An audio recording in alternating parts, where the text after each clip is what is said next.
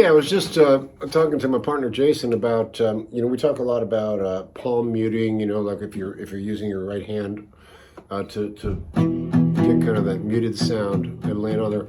But recently, one of my students was asking me about kind of chunking. When you a lot of times, especially in acoustic stuff, you'll hear like whether it's James Taylor or whoever, you'll hear a player doing sort of a.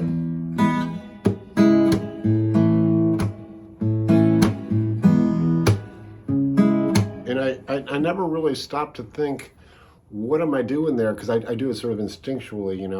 But what I realized, I was talking to Jason about this, is I use my right hand in general, and I use the tips of my fingers, and I have my hand almost in like a claw hammer. If you play claw hammer guitar, we grab the strings, a lot of times. But to make this simple, we were saying, well, if you went from like a cowboy G, and then just move these two fingers down one string, you get that GC sound. That way we're not stressing too much on what we're doing with our left hand, because I want to really concentrate on the right hand today in terms of this. So to take this apart slowly, and I'm doing something that I don't generally think about when I do it, but I realize it's really important, especially if you're doing a song and somebody's singing, or if you're singing, like a,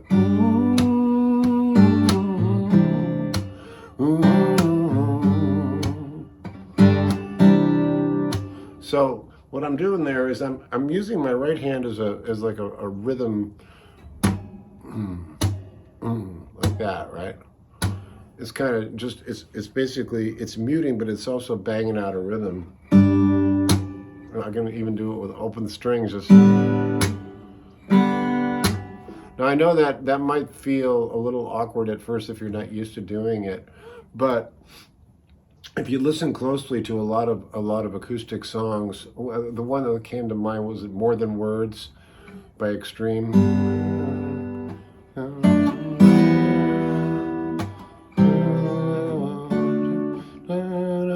That whole sound.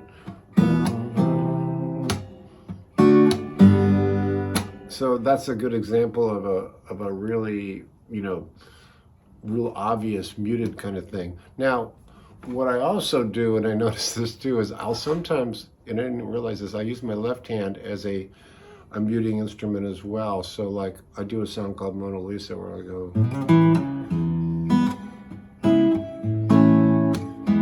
and I'll actually mute like,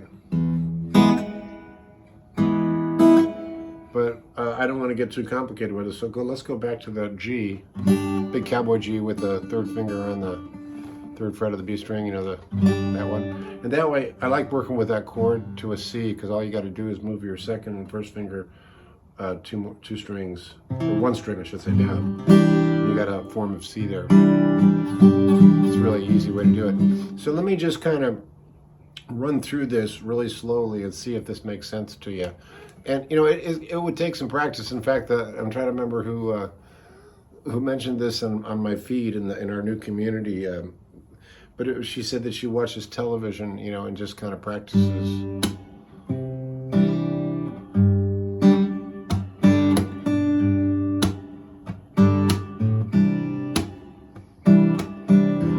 But you'll hear that a lot. Paul Simon. That's a Jimmy Dillon song, actually, Hold On To Your Dreams. And it's funny because I'm all of a sudden realizing how often I do this without even knowing it. But that song, regarding singing and dynamically, it's a really powerful thing to get comfortable with. So for the purpose of this lesson, let's just talk about going from a G to a C to a G to a C. See if we can't. I'll slow motion it. Now in this case, I'm doing like a honky-tonk women rhythm. Keith does that.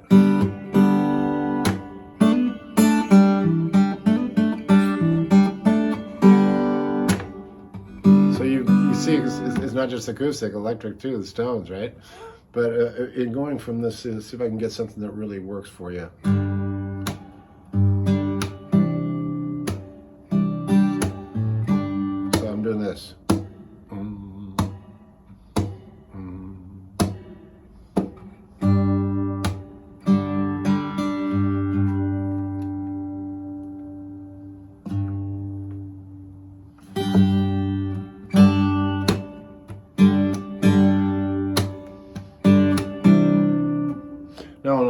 noticing is I'm even not to make it more complicated, but my left hand is that's another way to approach it. It doesn't always have to be a beat, you know, the strum, or what do they call it, kind of a chank thing, right? So there's a million different ways to strike the strings and make it, you know, if you think about the R&B guys, you know, look at that chank, reggae too. One time I got a ton of grief for giving a what I called a calypso Hawaiian kind of thing, not straight up reggae, right? And oh my God, the reggae police came out in force and they said we never do upstrokes in reggae, always down. But I thought, well, yeah, but in calypso and Hawaiian you get Jack Johnson, you get, why not?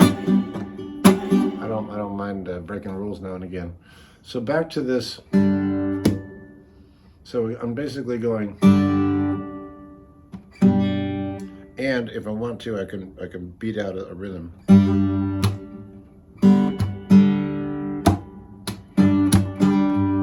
Now I generally, again, as you see, I'm using my tips of my fingers as a stop.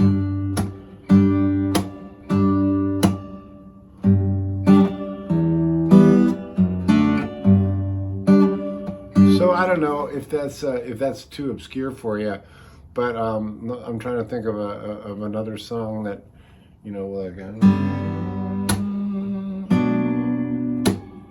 this is just super slow, right? Girl from the North Country, Bob Dillon. Was it heavy? It's a way to kind of beat out a rhythm, you know. Gets a pulsating kind of. It doesn't have to, it could be finger style or it could be with a pick. So that's just a rhythmic thing you can do. A lot of the great players out there, you see them on YouTube, they do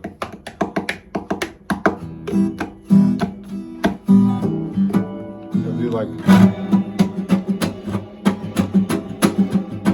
and I do that sometimes when especially if I'm playing. I played a gig last night, solo acoustic, and I thought to myself while I was playing, man, I could never do this with a band.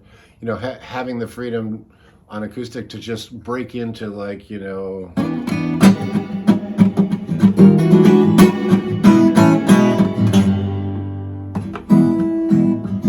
get real free with it. And that's one of the beauties, I think, of acoustic guitar, whether you're Michael Hedges or someone, you know, much more basic.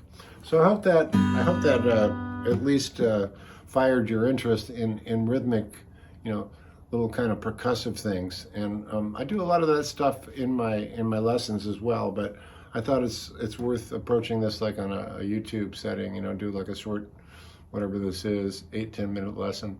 So please come and visit me at jimmydillon.com. I'd love to see you. I welcome any comments or whatever you got, ideas, requests. I'll see you down the road.